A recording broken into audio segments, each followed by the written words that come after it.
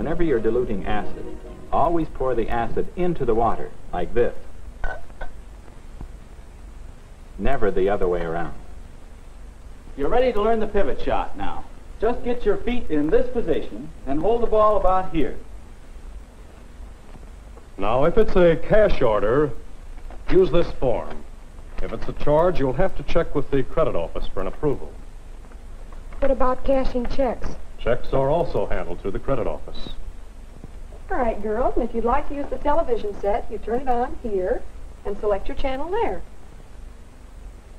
Instructions.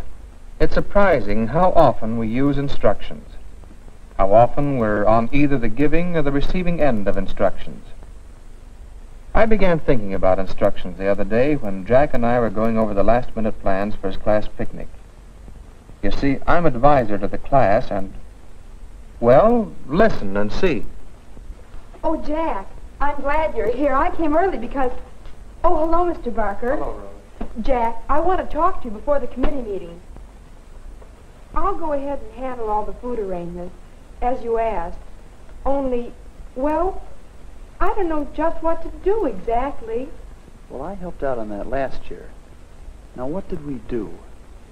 We went around to different stores and asked about the prices, and then we bought the food where it was cheapest.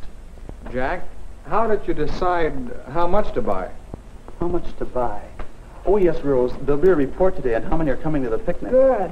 And then when you know how many to plan for, you can find out how much you have to get. Oh, we have to get hot dogs, buns, potato chips, and then the trimmings. Mustard, pickles, ketchup. That's the idea. And when you know how much you want to buy, you can go to different stores and get a price on that quantity. Oh, last year we went to several stores before we got... Yes, I began thinking about instructions. About how often we have to give and take them. About certain skills we need to give and take instructions effectively.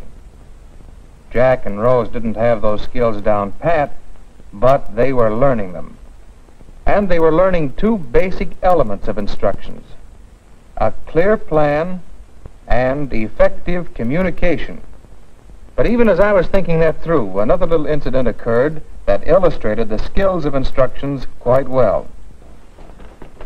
Hey, Jack, did you plan out what you want me to do about the sports equipment?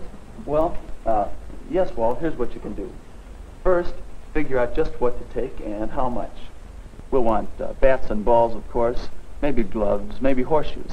Then, go to the coach for permission to borrow them. And then have the stuff right here before 10 Saturday morning.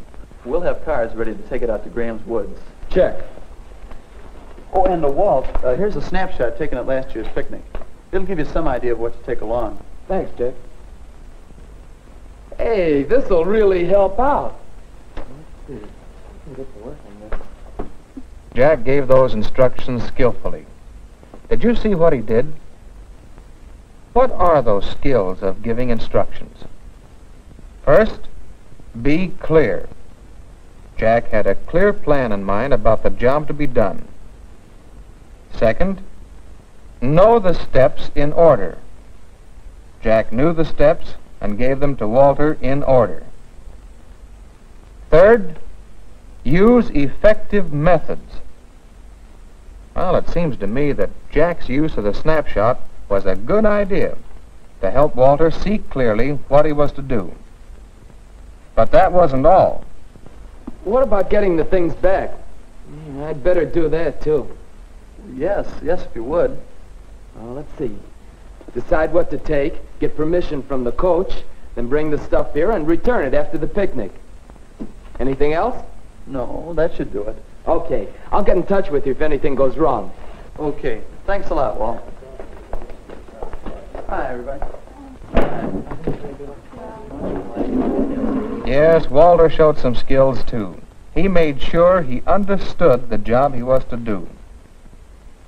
He repeated the steps immediately to prevent mistakes, and he was set to check his steps in action as he went along. You know, it's a funny thing. When the committee meeting got underway, the very first subject that came up had to do with... Well, looks like we're all here. I guess we can get started now. Bill, you were going to handle transportation for the picnic. How's it going along? No good. Nobody wants to drive. Why, surely someone would. Ken and Betty, and I'll bet Ralph would drive if you asked him. I just did ask him. No soap. Started out interested, I thought. Then. Well, I might be able to get the car. Where is this place? Graham's Woods. Never heard of it. Oh, it's a swell place for a picnic. You'll like it. Well, maybe. Somebody rides along to show me the way. Oh, I'll tell you how to get there. You go down Route 46 to 12. Then you turn left on 12 and go along for about 5 or 6 miles. There's a gravel road off to the right. Then you turn left on another gravel road and... Well, you can't miss it. It's a big woods with a picnic row. I don't know. I can just see us ending up miles from this place.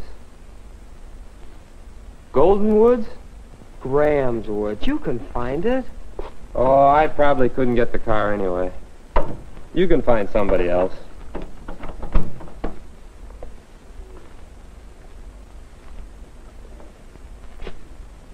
And it's been the same way with everybody. They don't know the way, so they won't take their cars.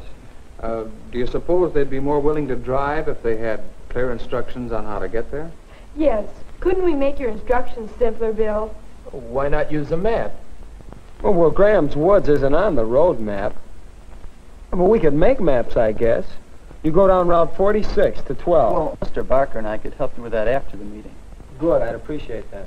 Well, now we have several other items on the agenda. Thanks, Jack. I think I can work it out now. Fine. All right, Bill, now let's get started on this map. Good. Bill, I suppose you're clear in your own mind just how to get there. Yeah, sure. Well, then why don't you outline the steps and we'll see if Jack can draw a map as you go. Boy, that'll be the test. Well, you go down Route 46 to 12. Which direction, north? That's right. And you turn left on 12 and go along for about 5 or 6 miles. There's a gravel road off to the right. Well, just exactly where? I mean, there must be lots of gravel roads around there. Well, oh, there's a schoolhouse on the corner. You'll spot it because it really is a little red schoolhouse. Turn right at Red Schoolhouse. Yeah. And you go along that road until you pass a steel bridge. That's 3 miles from the highway. Then about a half a mile past the bridge, you turn left. And that road goes right into Graham's Woods. Boy, if we make maps like that, the drivers can't miss. Maps or drawings are helpful in giving instructions when you can use them. But perhaps you should write the key steps on the maps, too. Yes, I'll do that.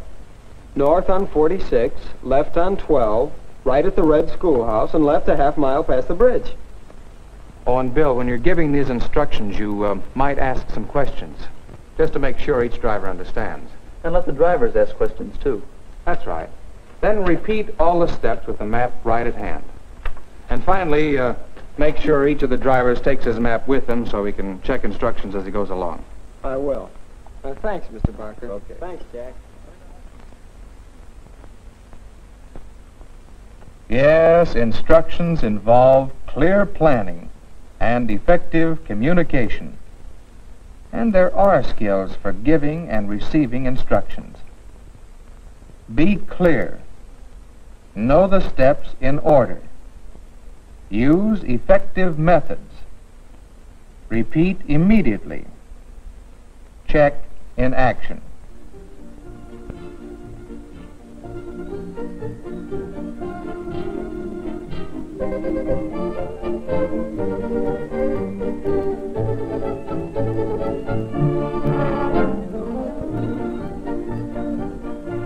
Whenever people want to do things together, it pays to know how to give instructions and how to take them.